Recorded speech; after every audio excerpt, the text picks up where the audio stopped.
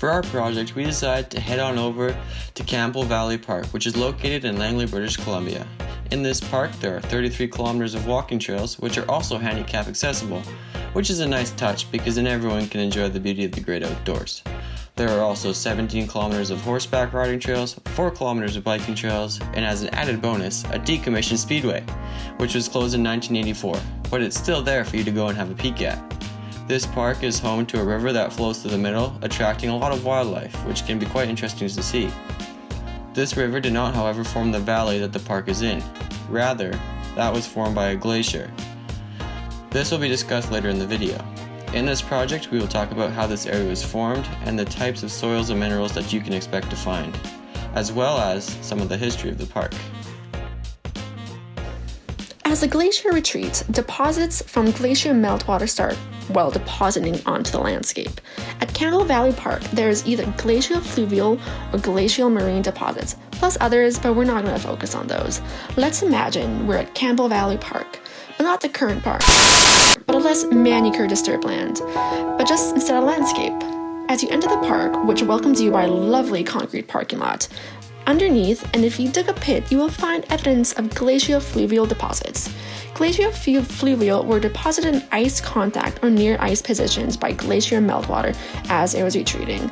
These deposits consist of coarse to medium grained sand and gravel, poorly to well sorted and bedded with numerous cobbles, boulders, and lenses of till. As you can see in this photo, which isn't at Campbell Valley Park, but just a mere few blocks away in Langley, but it shows what glacial fluvial deposits look like, but only the top section. As you can see, the glacial fluvial deposits show signs of soil formation due to leaching and weathering processes. This is seen with evidence of roots and plants at the top layer. However, no evidence of soil formation is at the bottom layer, which is glacial marine deposits, but I'll get to this later.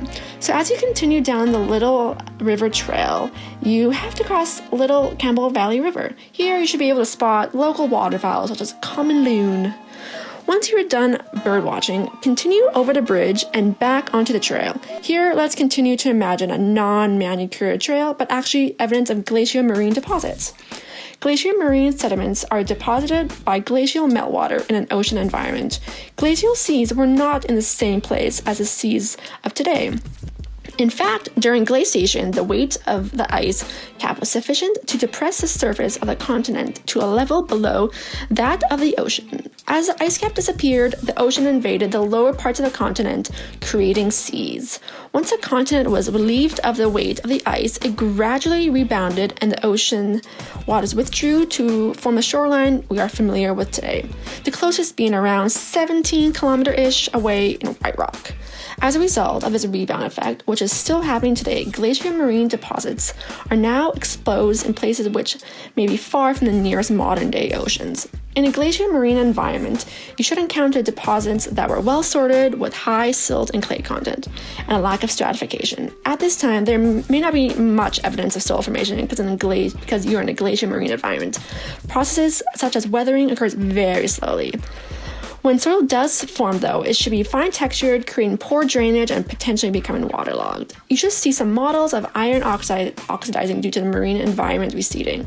However, since the soil is very fine, the air has a hard time penetrating, thus keeping the soil reduced, creating that dull gray color.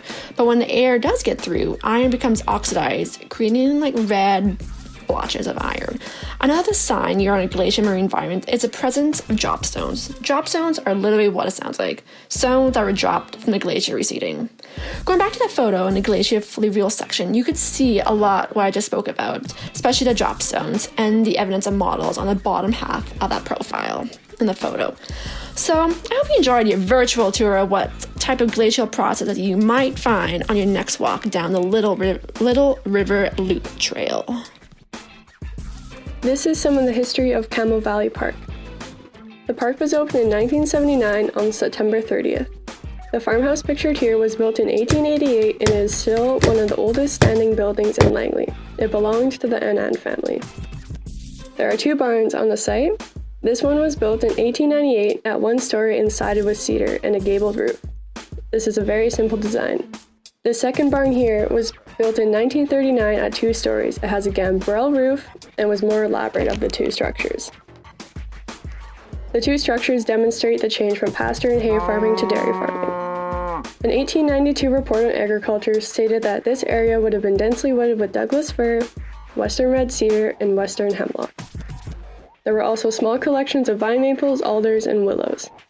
A typical farmstead in this era would have been made up of 70% forest, 21% swamp land or marsh, and 9% pasture. There is also a schoolhouse located on the site.